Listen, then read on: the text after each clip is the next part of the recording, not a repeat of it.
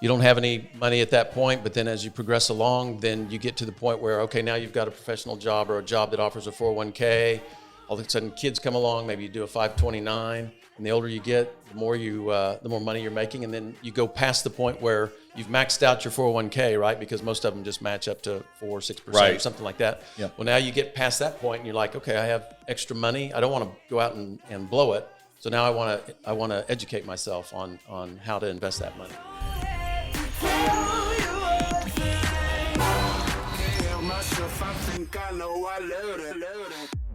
All right, what's up? Welcome back to How to Invest in Commercial Real Estate.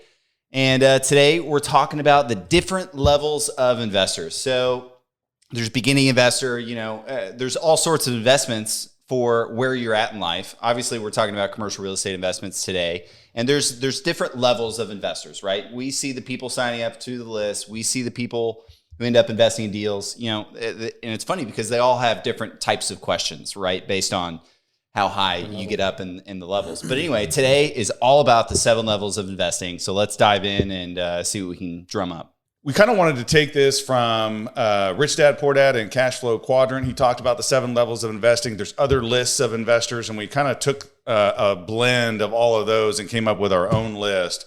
And as you're listening, you're going to instantly put yourself in the category that you're in.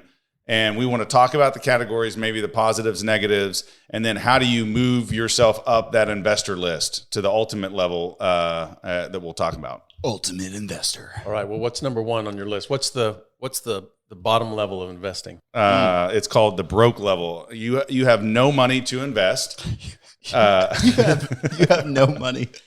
You don't even have money in order to get yourself into debt. I mean, there's lots of people that live paycheck to paycheck, right? I mean, I'll bet it's a high percentage of people in the U.S. live paycheck to paycheck and don't have extra money to invest. Don't you think? That's right. And that's a starting level. And so if you're in that level, it's not necessarily a bad thing. It may be a result of circumstance. Hey, we were all there at one time. We were all there at one time.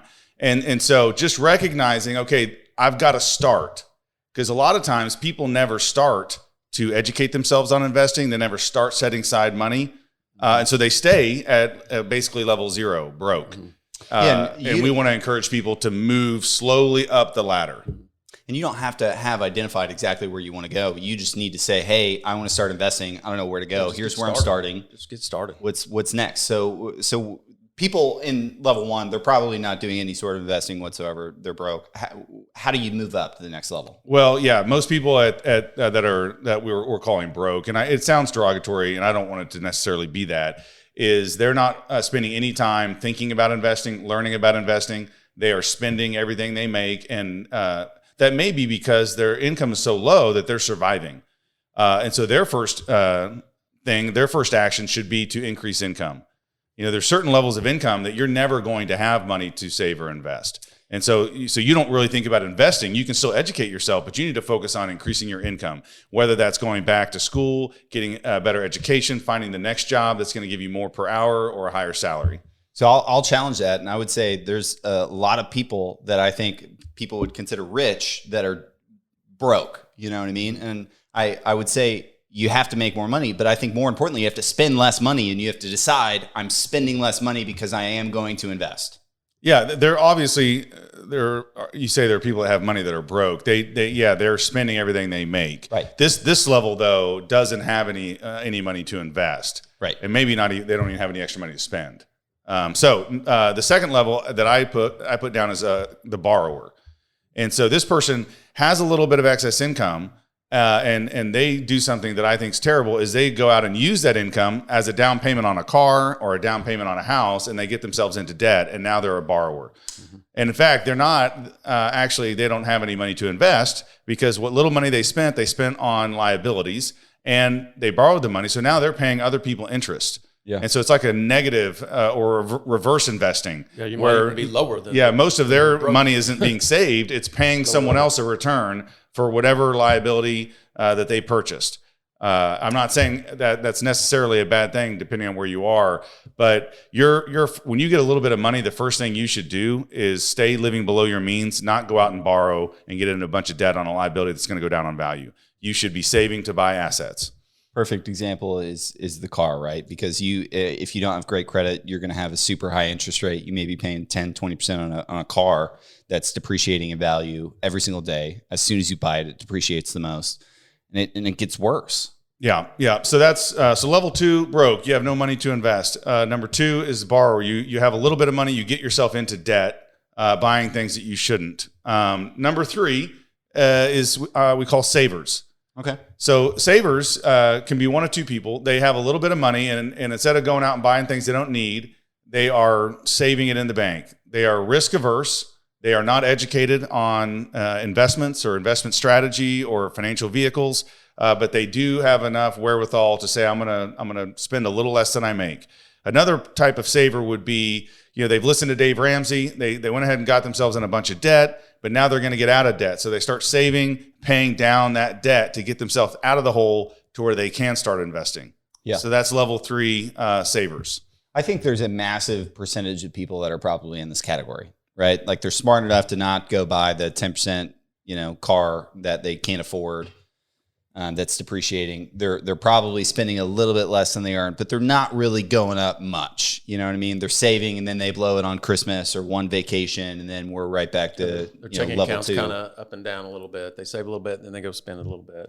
Yeah, and we do want to do a podcast on this, talking about budgeting, because like we've said, most people think they're saving and their account goes up, and then something happens, an unforeseen event. Yeah.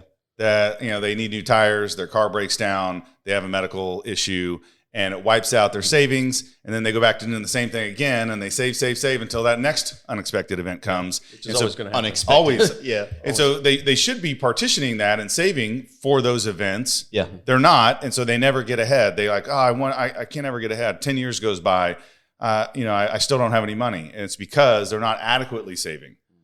All right, number 4, fourth level is I'm going to call simple investors. And what I mean by this is these are people that probably have a good job. They are not massively in debt. They have extra funds. They still don't have any financial education, but their job may offer them a 401k. Financial education is not given out. You know what I mean? If you go get a degree, you get a very specific education. Yeah, for sure. Field, high school doesn't require any personal financial literacy for most schools. So, I mean, if you don't think about it, you can accidentally go through your life. And a lot of people, again, don't start out with money. So it's not like you have to learn how to manage money because you have all this money. Oh my God, I have all this money. I have to, that's a problem that comes on later in life. And if you don't force yourself to sit down and learn what to do with the money, then you don't have any money. It disappears. You hear about the people who win the lottery and then, 5 years later, they've ruined their life. You've got to learn. And those simple steps, I think that was a really good example as well. The company 401k, right? Most people start with that. They don't pick stocks. They have no knowledge of stocks, bonds, mutual funds. They don't know anything about it. But the simple investor will take steps to put money in a 401k. Maybe they take advantage of the matching. Of course, it offers some tax benefits. So they're doing the bare minimum. Yeah. Maybe they have a savings account at the bank and a CD or something. They're just a simple investor that doesn't have education, but is starting to take steps. They probably love cash. This level probably has a decent amount of the portfolio in cash. You know what I mean? Saving cash. Simple investor, maybe they pay off their house. That's a guaranteed interest return. If your house is at 5%, that's guaranteed 5% return if you pay off your house. So that would be this category. I'm seeing myself in every category here. Actually, as I get older and older, I've been in each one, I think. Yeah. Well, so it starts to get interesting around the next level. I've labeled this strategic investor. Okay. And what I mean by that is this is the level where someone maybe getting along in their career, they now have a solid salary, they have expendable income, and they're taking the time to educate themselves on investing. And when I say strategic, what I mean by that is these people have a plan. They've put together a plan to retire, let's say. They've worked with a financial planner. They say, okay, I want to have this much money when I retire. I've got to save 8% of my income each year. They've mapped it out. They've taken that kind of sophistication and time. Yeah. And so they are putting a safety net in place and checking that box and saying, okay, I'm going to retire at 65. And they may be in their 401k, but they may also have stocks and mutual funds outside of a 401k. They may educate themselves on which stocks are better, what sectors are better, things like that. And this is where the education starts to kick in. They may be reading books about investing, and maybe you were in this category when you were in your 40s or something. Yeah, I was exactly. about to ask you that. You said you could identify with a lot of these. Give us a little time frame example of you and the sophisticated investor level. So, well, I could probably take you through. It absolutely is based on my age, and a lot of people, as you go through your professional career, you graduate from college, and you actually maybe have some financial debt, student loan debt, and so you don't have any money at that point. But then, as you progress along, then you get to the point where, okay, now you've got a professional job or a job that offers a 401k. All of a sudden, kids come along. Maybe you do a 529. And the older you get, the more money you're making. And then you go past the point where you've maxed out your 401k, right? Because most of them just match up to 4 or 6% or something like that. Yeah. Well, now you get past that point and you're like, okay, I have extra money. I don't want to go out and blow it. So now I want to educate myself on how to invest that money. I think this is when most of our investors start to approach us, to be honest, because your simple investing level is your company 401k. It's things you can feel and touch and easily understand. It's what I would consider house rentals, just buying 5-6 houses to carry into retirement for cash flow. It's a great little deal. But I find people really starting to listen and ask questions right around the time that they're looking for something else. They met with a life insurance guy who wants to give them 7%, no risk returns and all this crap that seems way too complicated. And there's something about real estate that I think a lot of people can identify with. Yeah. Specifically because it kind of relates back to that simple one. It's like, okay, houses are good investments. Most people own a house. They've been through a real estate transaction, maybe several at that point. And I think this is where other investments, like, hey, let's invest in a company. Let's talk to my brother-in-law about that liquor store he always wanted to open, or let's look at this warehouse or something. I think this is a big step because this is when you really start to get diversified, right? I think up until this point, you've gone super narrow, like, hey, don't mess this up. Don't buy a stupid car that you can't afford. You're just trying really hard to not squander what you've gotten so hard. And this is the point where you need to start taking on some risk, I feel like. Well, you kind of are touching on level 6, which we're calling the sophisticated investor. And so after they've got their long-term safety plan, they've got their retirement plan, they're maxing out their 401k, they're educating themselves on stocks and bonds and mutual funds and other investments. Now they still have money left over, and they want a little bit of a higher risk, higher return, and that's what you're talking about. They start looking into assets. So sophisticated investor has all of those, the safety net done, the life insurance, all those boxes are checked, and they still have extra money, and they want a higher return. They don't just want to fund more mutual funds. Yeah. And that's where our investors do come in, because they say, okay, how do I get involved in buying assets? How do I diversify outside of just the stock market? And how do I get some higher returns? And that's what we're calling the sophisticated investor. And that's a legal term as well when we're raising money. It's people that have an education in investing matters and they have disposable income to invest. And I would say most of our investors are in the sophisticated level where they can put $25,000, $50,000, $100,000 into an investment vehicle that should pay out 20, 25, 30% returns, which is way higher than the average, 401k. Yeah, lets them diversify too with their previous investments. That's right. Yeah. And I think those opportunities are out there all the time, especially right now in this economy. There's opportunity to be had everywhere. I've been telling our construction guy, if you can get employees and product, you should have an unlimited amount of work in almost every business, right? I mean, there's businesses closing because they don't have work. But anyway, I think this is the stage where wealth is created. I mean, there's little wealth creation in all the other ones. But like you said, the first 3 or 4 are safety nets. Not squandering what you've built, building up, following the path that you kind of should. And a 401k isn't necessarily going to make you rich, but it's probably a necessary path you can take. And it's not a horrible investment if you're getting matching and the tax deferred aspect of it. And it's safety, right? It's free from creditors. I don't believe they can get to your 401k. That's right. And so it's a retirement safety net. And those are good things to check off before you start risking additional funds somewhere else. When people come and ask me, well, what's your minimum and what do you want to, can I invest with you? I take it seriously because even though our deals time and again have paid off, there's still a risk that one of them won't. And if someone brings me their $15,000 or their $25,000 and that's all they have, and they don't have a retirement safety net and they don't have some of these things, it's much harder for me to take that money because if the deal doesn't go well, they're going to be really hurt financially. And that's why the rules are in place to only allow so many accredited or so many sophisticated, because we want to make sure that people have those backup plans. Okay, so I think not everybody's going to go to level 7, but everybody should strive to get to level 6, sophisticated investor, where you have extra income. You are turning that income, earned income, into passive income, and you're earning high rates of return through investing in quality assets with education backing your decisions. That's level 6. Everyone should strive to get there. Some people will get there faster than others based on their income. But your whole life should be spent on becoming a better investor and earning more income. And going back to your statement, some people, they think that they can just be a hairdresser, an accountant, an engineer. In reality, all you're doing is that profession. You're trading your time for money. Yeah. And so you really should think about, I need to become an expert in how to get money because that's the goal. You greedy bastard. Yeah, I know it sounds terrible, but really, why do you spend all day at your workplace? There's some people that love their work, but most people don't. And the reason they're trading the one life they have, or at least a half of it at the office, is to get more money.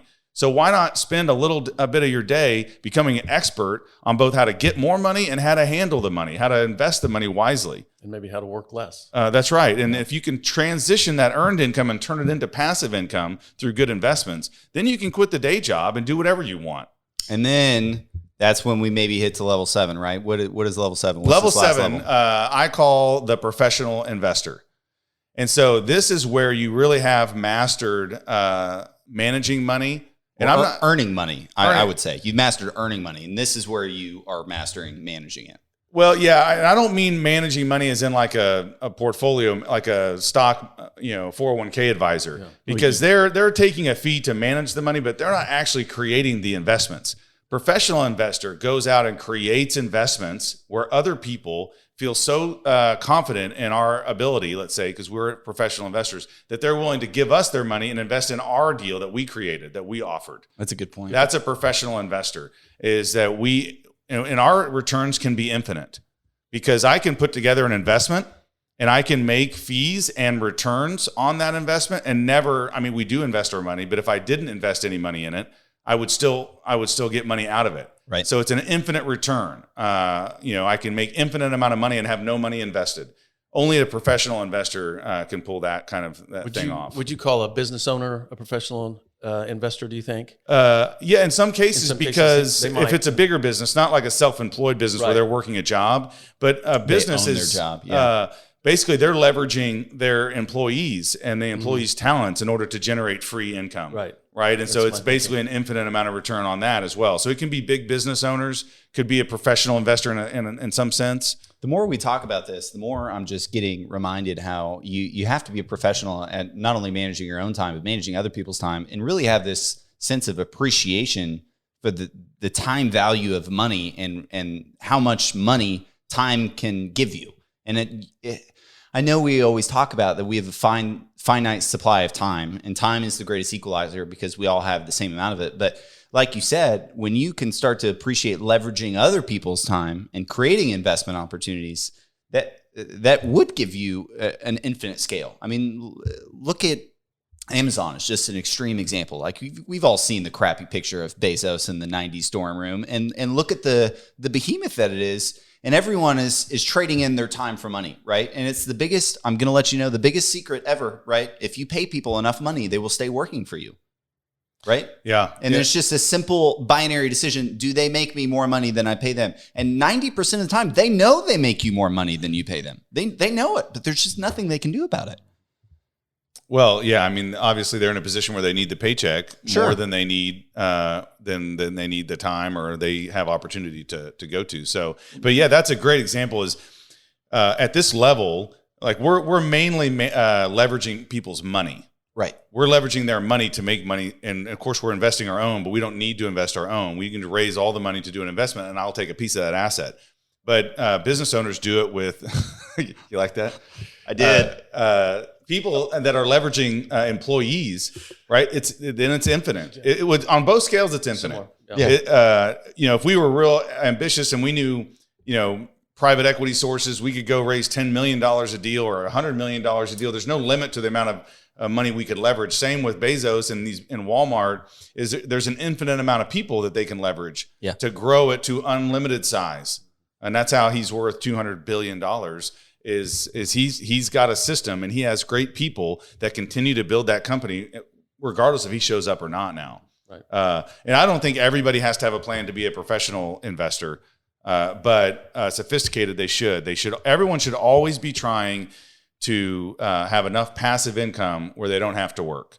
That should be a goal for everybody. My personal idea of retirement is to where I'm so busy managing my money and my investments that I don't have time to do a job. That's all the effort I can expend that day is just, where's my money? What's my money doing? Do I need to fill out this form for this new investment? Am I receiving it back? Do I need to file my taxes? Is there some legal dispute? Is there an operating agreement? I mean, that's pretty much what Brian does now. Well, no, it seems like you can have to have a lot of money to spend your all day just worrying about your money. And it's a short day. Well, if you got enough money, you could have people do that for you, and they'll grow your nest egg for you. And that is a family office, right? If your family creates enough wealth, you create an office to manage your wealth. Yep. Family office. Yeah, and I don't know if people know about family offices or what that term even means, but under ultra high net worth individuals, they have so much family money, probably north of $50 million. Yeah. And they can go into the hundreds of millions, where they have a full-time office with high professional, high experience, high educated people that all they do is just grow the net worth of the family. That's called a family office. Right. And so maybe we'll get there one day. I don't know. Well, I think this is good, right? I mean, these aren't meant to label. These are meant to help and empower and just give you a roundabout idea of, hey, this is kind of what you should be focused on the next step. If you could identify yourself somewhere in a step, you know what you just conquered, you know what you have to look forward to. But I think half of it is just not making stupid mistakes, not paying stupid taxes, you know what I mean, for just not paying attention. Don't fumble the ball at the last minute. I mean, you just really need to focus on not losing your money and earning a decent rate of return until you understand enough and get presented with the right opportunity, and that's maybe level 5 or 6 where you could find an opportunity with us. All we're trying to do is give people, let them know where they might fall on the scale and give them a roadmap to what should I be doing next? Yeah. Like I said, it's not to label anybody, but if you're broke, you need to earn more income. That has to be the first step. If you don't have any money, let's say you make $15 an hour or whatever, that's in today's society, that's just enough to cover the bills, the utilities, the rent, the cell phone bill, the TV. And so if that's all you can do, you don't really have a choice. You've got to figure out a way to increase that income by any means possible. If you're in the borrower category, you need to pay off. I mean, you need to be increasing your income. Most of these steps, you need to focus on increasing income, but you need to be paying off that debt. Especially bad debt, because every dollar you're spending in interest paying off a loan, car loan, credit card, whatever, it should be going to saving or to investing. Yeah. And that could be investing back into your own business, right? Yeah. If you have, how many investors do we have that say, oh, maybe I'm out on this one, I had to buy this new piece of machinery. Oh, I'm out on this one, I had to build a new lake house maybe for some. But there's different forms of investing. It's not just giving your money to somebody else. That could be investing back into your own business, investing back into yourself, or investing in education. Right? All of those are going to bring you to the next level. Well, I think that's it. Well, that was the 7 levels of investing. If you got anything out of this, make sure to like and subscribe so you can get a notification the next time we post, which is next week. Make sure to like and subscribe, and we will catch you next week on how to invest in commercial real estate. Thanks, guys.